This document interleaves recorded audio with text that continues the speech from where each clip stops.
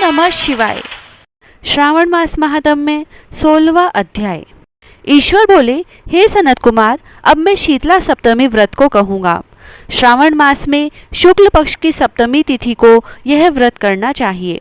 सबसे पहले दीवार पर एक वापी का आकार बनाकर अशरीरी संज्ञक दिव्य रूप वाले 7 जल देवताओं, 2 बालकों से युक्त पुरुष संज्ञक नारी, एक घोड़ा, एक वृषभ तथा नरवाहन सहित एक पालकी भी उस पर बना दें।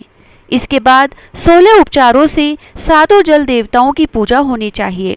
इस व्रत के साधन में ककड़ी और दधी ओधन का नैवेद्य अर्पित करना चाहिए।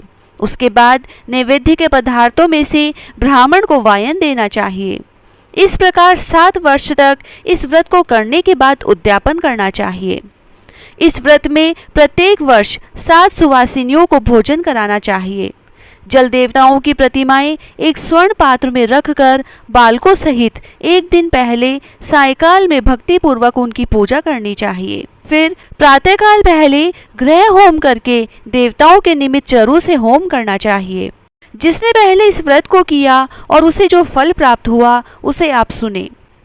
सौराष्ट्र देश में शोभन नामक एक नगर था। उसमें सभी धर्मों के प्रति निष्ठा रखने वाला एक साहूकार रहता था। उसने जल रहित एक अत्यंत निर्जन वन में बहुत पैसा खर्च करके शुभ तथा मनोहर सीढ़ियों से युक्त पशुओं को जल पिलाने के लिए सरलता से उतरने चढ़ने योग्य दृढ़ पत्थरों से बंधी हुई तथा लंबे समय तक टिकने वाली एक बावली बनवाई। उस बावली के चारों ओर थके राहगीरों के विश्राम के लिए अनेक प्रकार के वृक्षों से शोभायमान एक बाग लगवाया। लेकिन वह बावली सूखी ही रह गई, उसमें एक बूंद पानी नहीं आया। साहूकार सोचने लगा कि मेरा प्रयास व्यर्थ हो गया और व्यर्थ ही धन खर्च किया। इसी चिंता में विचार करता हुआ वह साहूकार रात में वहीं सो गया। तब रात्रि में उसके स्वप्न में जल देवता आए और उन्होंने कहा कि हे धनद, जल के आने का उपाय तुम सुनो। यदि तुम हम लोगों के लिए आदर पूर्वक अपने पुत्र की बलि दो तो उसी समय तुम्हारी यह बावली जल से भर जाएगी। यह सपना देख साहूकार ने सुबह अपने पुत्र को बताया। उसके पुत्र का नाम द्रविण था और वह भी धर्म कर्म में आस्था रखने वाला था। आप मुझ जैसे पुत्र के पिता हैं। यह धर्म का कार्य है, इसमें आपको ज्यादा विचार ही नहीं करना चाहिए। यह धर्म ही है जो स्थिर रहेगा और पुत्र आदि सब नश्वर है। अल्प मूल्य से महान वस्तु प्राप्त हो रही है, अतः यह क्रय अति दुर्लभ है। इसमें लाभ ही लाभ है। शीतांशु और चंडांशु ये मेरे 2 पुत्र हैं। इनमें शीतांशु नामक जो ज्येष्ठ पुत्र है उसकी बलि बिना कुछ विचार किए आप दे दें। लेकिन पिताजी, घर की स्त्रियों को यह रहस्य कभी ज्ञात नहीं होना चाहिए। उसका उपाय यह है कि इस समय मेरी पत्नी गर्भ से है और उसका प्रसव काल भी निकट है, जिसके लिए वह अपने पिता के घर जाने वाली है। छोटा पुत्र भी उसके साथ जाएगा। हे तात, उस समय यह कार्य निर्विघ्न रूप से संपन्न हो जाएगा। पुत्र की यह बात सुनकर पिता उस पर अत्यधिक प्रसन्न हुए और बोले, हे पुत्र, तुम धन्य हो और मैं भी धन्य हूँ जो कि तुम जैसे पुत्र का मैं पिता बना। इसी बीच सुशीला के घर से उसके पिता का बुलावा आ गया और वह जाने लगी। तब उसके ससुर तथा पति ने कहा कि यह ज्येष्ठ पुत्र हमारे पास ही रहेगा, तुम इस छोटे पुत्र को ले जाओ। इस पर उसने ऐसा ही किया। उसके चले जाने के बाद पिता पुत्र ने उस बालक के शरीर में तेल का लेप किया और अच्छी प्रकार स्नान कराकर सुंदर वस्त्र व आभूषणों से अलंकृत करके पूर्व आषाढ़ा तथा शतभिषा नक्षत्र में उसे प्रसन्नता पूर्वक बावली के तट पर खड़ा किया और कहा कि बावली के जल देवता, इस बालक के बलिदान से आप प्रसन्न हो।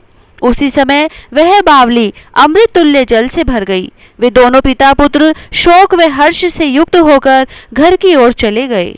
इधर सुशीला ने अपने घर में तीसरे पुत्र को जन्म दिया और 3 महीने बाद अपने घर जाने को निकल पड़ी।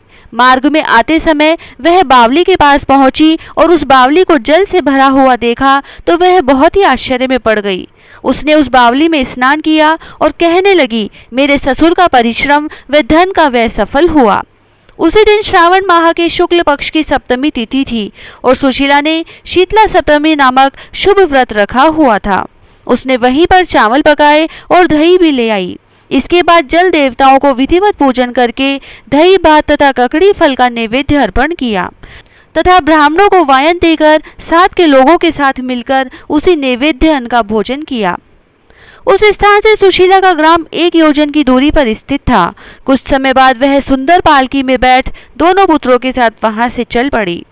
तब वे जल देवता कहने लगे कि हमें इसका पुत्र जीवित करके इसे वापस करना चाहिए, क्योंकि इसने हमारा व्रत किया है, साथ ही यह उत्तम बुद्धि रखने वाली स्त्री है।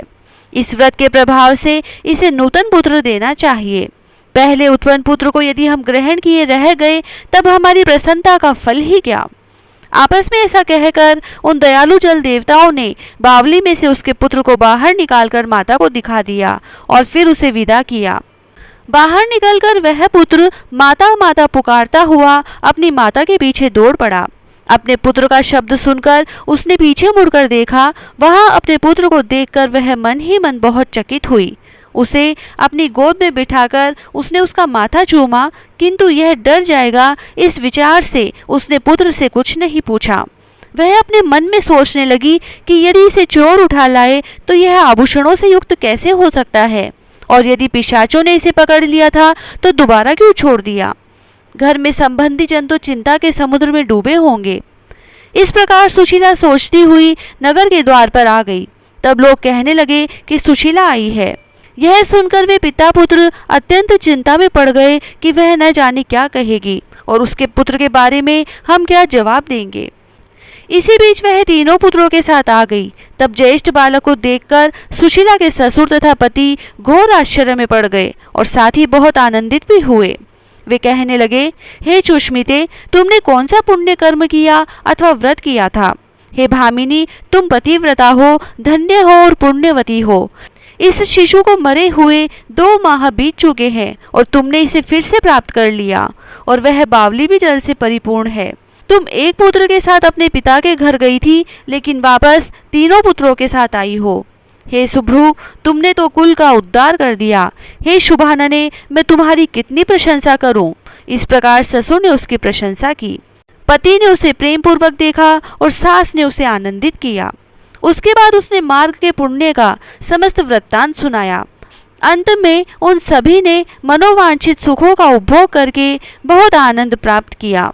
हे वत्स, मैंने इस शीतला सप्तमी व्रत को आपसे कह दिया है।